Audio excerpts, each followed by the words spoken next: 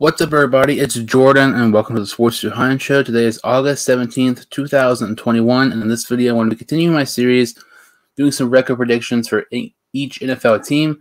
This happens to be at the Indianapolis Colts, and in the offseason, the Indianapolis Colts made a blockbuster trade that made so much sense, and I really believe will benefit their team so much this upcoming season. They traded to get former Philadelphia Eagles starting quarterback Carson Wentz. Pair him with his offense coordinator during his time with Philadelphia, Frank Wright. I think this was a genius move by the Colts here. They had Phillip Rivers for a year last year, and I truly believe if Phillip Rivers had a average career like he did throughout his time in San Diego, I really believe the Colts would have been Super Bowl contenders last season. And I think adding Wentz, who's already familiar with their system, is really going to help them so much. And there's so many interesting teams heading into the season, so many underrated teams. But I think when you really look at the Colts' schedule and how good their roster is, I really think they're one of those sleeper Super Bowl contenders. So let's go ahead and get started here with Week 1. They take on the Seattle Seahawks, and this is at home, which is major because, with the recent Carson Wentz injury, it's not a guarantee that he will start Week 1. Jacob Eason looks really, really nice in preseason. I feel if this game was in Seattle, I feel like there's more likely a different outcome here. But with this being in Indianapolis, I would not be surprised if the Colts get the victory here. That's why I have them winning this game. I think it will be hard, but I think the Colts are capable. And I honestly think the Seahawks are a little bit overrated heading into this season. So I think the Colts get the job done here in Week 1. Week 2, they take on the LA Chargers. I cannot wait for this game. I think this is a very, very, very underrated matchup. I think the Chargers are going to be one of those surprise teams this season. With Herbert, a very, very, very impressive and improved offensive line compared to last year. He has some more weapons. And with the Colts, they have a terrific roster. Like I was saying, an amazing offensive line, a top 10 defense. Jonathan Taylor, who's going to be a promising running back. To me, this is very interesting because I don't know if Carson Wentz will play here. I had them taking a loss because I'm just not sure if Wentz will be back by Week 2. Out of these two games here, the first two games between Seattle and the Chargers, I think it's more likely they beat Seattle than LA here. As we continue here in Week 3 to take on the Tennessee Titans in Tennessee, lots of people have said, with them trading to get Julio Jones, they're going to win the AFC South. They're going to, win their division. They're sleeper Super Bowl contenders. They are absolutely not. This division, in my opinion, there's a far wider gap than the people believe, in my opinion. I think the Colts are hands down, easily, without a doubt, the favorite in the AFC South. That is not even close at all. In my opinion, you look at, aside from running back and wide receiver, the Colts, for the most part, have a better, position group for every single position going against the Titans. I have the Colts winning here in Tennessee to improve to 2-1. Week 4, they take on the Miami Dolphins. The Dolphins have a nice team. I think they're a playoff contender, but it all depends on Tua Tagovailoa if he can stay consistent. We have never seen Tua be consistent so far. I know last year was his rookie year, but until we see Tua be more consistent, it's really hard for me to take the Dolphins winning, especially with a good team like the Colts. I'm going to take the Colts here in Week 4 to improve to 3-1. Week 5, they go on the road to take on Baltimore. This is a very underrated matchup as well. I'm not high on Baltimore like most people. I think they're not going to be not quite as good as some people may expect, despite them, getting some nice wide receivers for Lamar Jackson. Lamar Jackson did not play as good last year compared to the year prior. Their defense, in my opinion, will take a little bit of a hit, losing Matthew Judon to the New England Patriots. With, this very, very, very impressive Colts defense with this nice offensive line. If you don't have a great offensive line against Baltimore, and if you don't have a great defense playing against Baltimore, it's very, very, very difficult to win. Colts are very fortunate they have both of those, good offensive line and a good defense. I have the Colts winning here in Week 5 to improve to 4-1. Week 6, they host the Texans. No explanation. The Texans suck. They're going to be the worst team in the league. I'll be surprised if the Texans have more than 2 wins this year. This is their easiest games of the schedule. To win here, they go to 5-1. This game right here, to me, is very, very intriguing. If Trey Lance starts, I want to maybe lean more towards San Francisco. If Jimmy Garoppolo starts, I'm going to lean more towards Indianapolis here. Because we know what we are going to get out of Jimmy Garoppolo.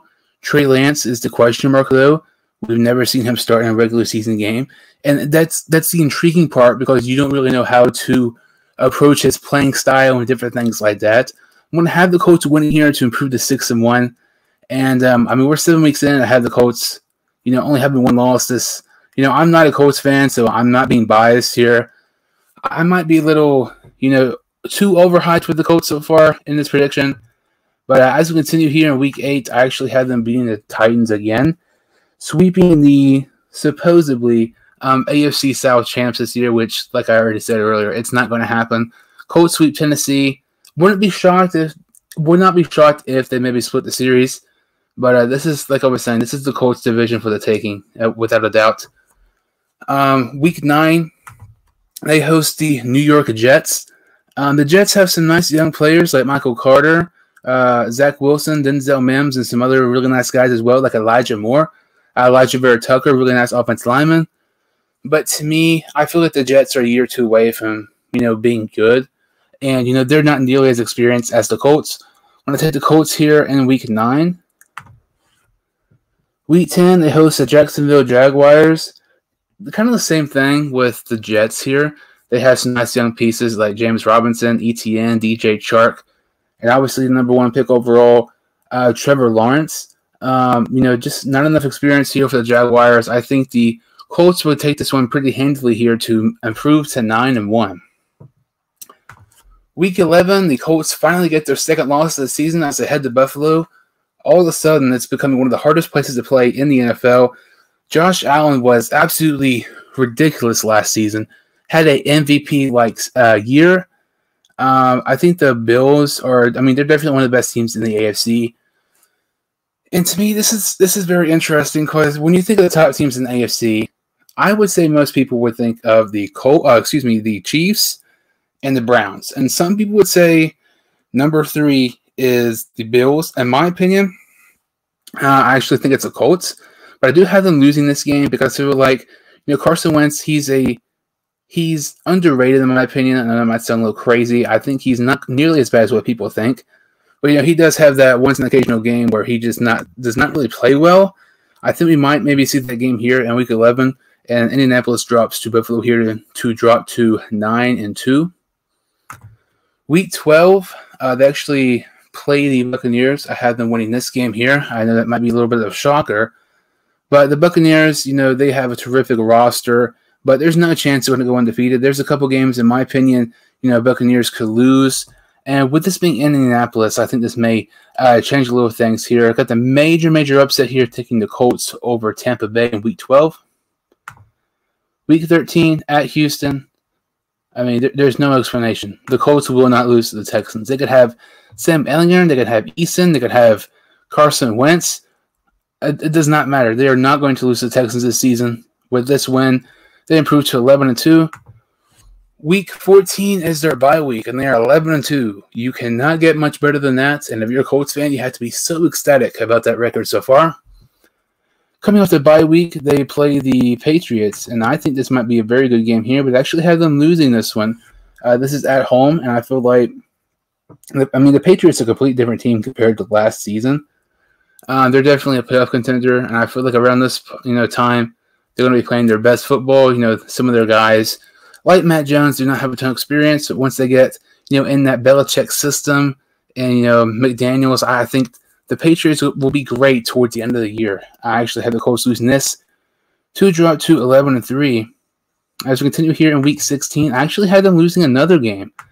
I know it's kind of weird. I have them winning against Tampa Bay, but losing to the Arizona Cardinals. The Cardinals are one of those interesting teams where they are very, very, very inconsistent. They can beat one of the best teams in the league 1 week, like we saw last year with that Hail Mary pass against Buffalo, and then the next week they can lose to one of the best.